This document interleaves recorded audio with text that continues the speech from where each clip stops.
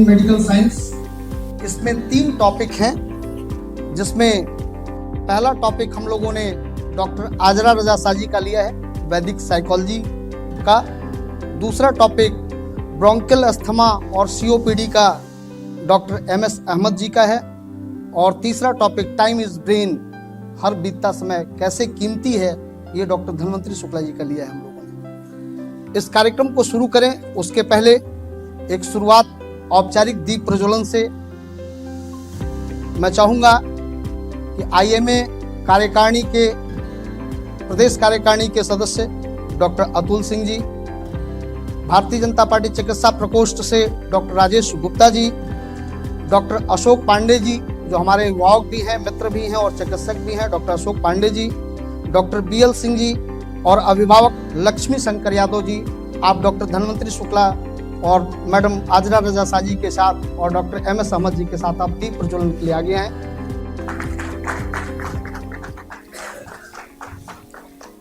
महामानीयमेदामिन्तदीयं स्वागतं कुरु मा। महामानीयमेदामिन्तदीयं स्वागतं कुरु मा।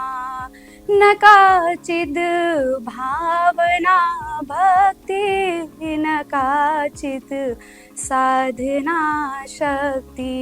ये टॉपिक सिग्निफिकेंस ऑफ वैदिक psychology in modern clinical practices, ये हमने इसलिए चुना है क्योंकि ये हमारी जो संस्कृति की धरोहर है। साइकोलॉजी जिसको सब हम जानते हैं, जिसको ये मानते हैं कि साइकोलॉजी का जो उद्भव हुआ है, जो ओरिजिन है, वो वेस्टर्न साइकोलॉजी है। पहले हम ऐसा मानते थे, लेकिन बहुत पहले यानी 2000 साल से भी पहले, यानी बुद्धा के भी पहले, हमारे वेदों में, हमारे उपनिषद में ये सारी बातें, ये सारे क्लिनिकल ट्रीटमेंट के, इंटरवेंशन के प्रोसीजर्स मौजूद थे। और जरूरत ठीक है, ये बहुत नाउ इट्स टाइम है जब हम ग्लोबल हो रहे हैं और हम ये भी हमारी भारतीय संस्कृति इसको मानती है कि आस्था एक है वासुधैव कुटुंबकम में। तो लर्निंग के लिए हम कहीं भी जाएं, हर जगह से सीखें, लेकिन हमें अपनी जो हमारी अपनी संस्कृति की जो धरोहर है, जो हमारे यहाँ बहुत पहले से मौजूद है, उसको भी हम इग्नोर ना करें। इसीलिए ये नई ब्रांच ऑफ साइकोलॉजी डेवलप हुई है, जिसको अब हम वैदिक साइकोलॉजी कहते हैं, जो नई कभी नहीं है, जो बहुत पुरानी है, जो हमारे बीच पहले से मौजूद थी। अब जरूरत है उसको पहचानने की, उसको जानने की, ताकि हम इंटरवेंशन में उसको इस्तेमाल कर सकें और ज्यादा से ज्यादा लोगों की सहायता कर सकें। आपने जो चीजें बताई उसमें 95 to 98% मैं उसको व्यक्तिगत फॉलो करता हूँ last 12 years.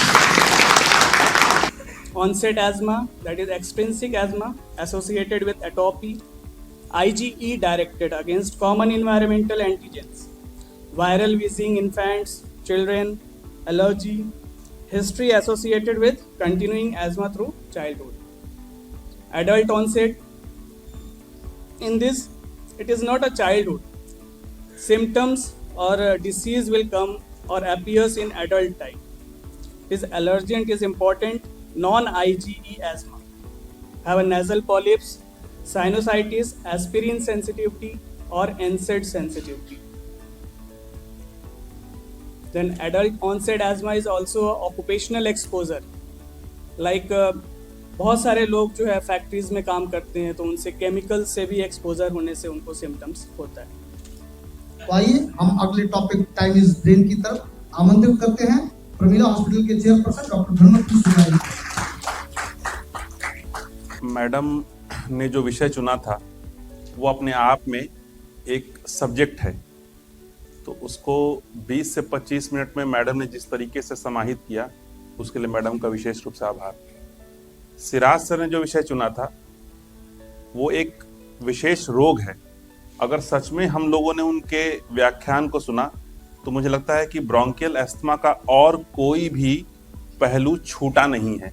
यानी ब्रोंकियल अस्थमा पर अगर एक टेक्स्ट बुक लिखना हो, किसी को कह दिया जाए कि ब्रोंकियल अस्थमा पर एक टेक्स्ट बुक लिख दीजिए, इसको पब्लिश करके और मार्केट में डाल दीजिए, तो बिना गाइडलाइंस सहित ब्रोंकियल अस्थमा के हर पहलू को जिस तरह से उन्होंने छुआ, उसके लिए सर का विशेष आभार। इमरजेंसी बीमारियां भी कुछ होती हैं जिसमें कि समय सबसे ज्यादा वो बिंदु हो जाता है जो जीवन और मौत के बीच में अंतर बन जाता है।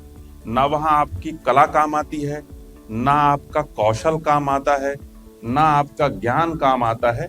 जो चीज काम आती है कि आपने समय बचा पाए कि समय नहीं बचा पाए।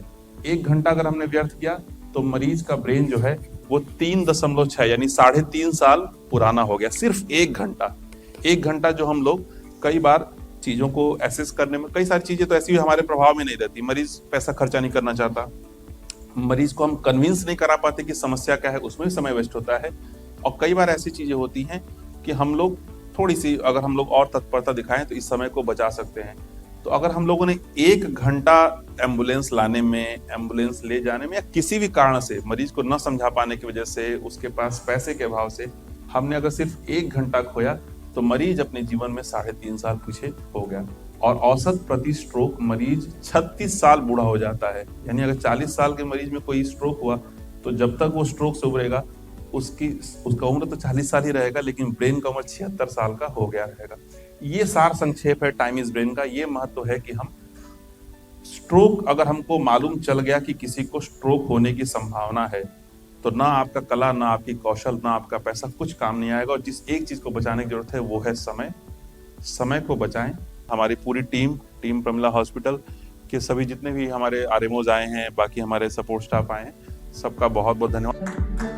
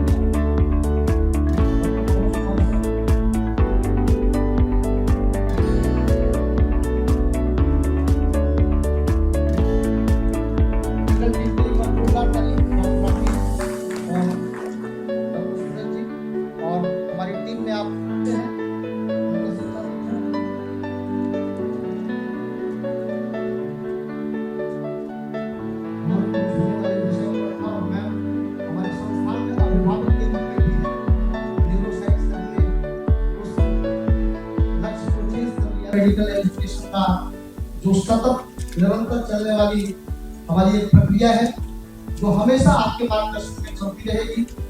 और निश्चित रूप से हम आपके साथ जुड़े रहेंगे, आपके अनुचर के रूप में, आपके सहयोगी के रूप में, आपके परिवार के रूप में। और आप अधिकार के साथ, ऐसी मेरी मान्यता है, ऐसी मेरी कामना है कि आप अधिकार के साथ प्रमिला हॉस्पिटल को अपना माने और उस अपनत्व का लाभ अपने जुड़े अंतिम पंक्ति के मरीजों को दे सकें।